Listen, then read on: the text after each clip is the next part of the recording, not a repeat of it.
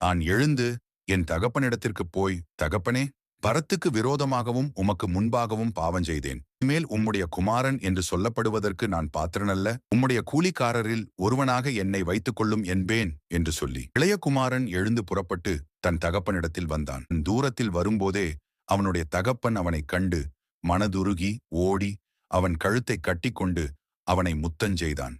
அப்பொழுது தகப்பன் தன் ஊழியக்காரரை நோக்கி, நீங்கள் உயர்ந்த வஸ்திரத்தை கொண்டு வந்து இவனுக்கு உடுத்தி இவன் கைக்கு மோதிரத்தையும் கால்களுக்கு பாதரட்சைகளையும் போடுங்கள். கொழுத்த கன்றை கொண்டு வந்து அடியுங்கள். நாம் புசித்து சந்தோஷமாயிருப்போம். என் குமாரனாகிய இவன் மரித்தான், திரும்பவும் உயிர்த்தான், காணாமற் போனான், திரும்பவும் காணப்பட்டான் என்றான். அப்படியே அவர்கள் சந்தோஷப்படத் தொடங்கினார்கள். இன்றும் கர்த்தர் உங்களை அன்போடு அழைக்கிறார். அவர் அருகே வாருங்கள். எல்ஷடாய் மினிஸ்ட்ரிஸ் இந்தியா சேனலை சப்ஸ்கிரைப் செய்யவும். நன்றி, வணக்கம்.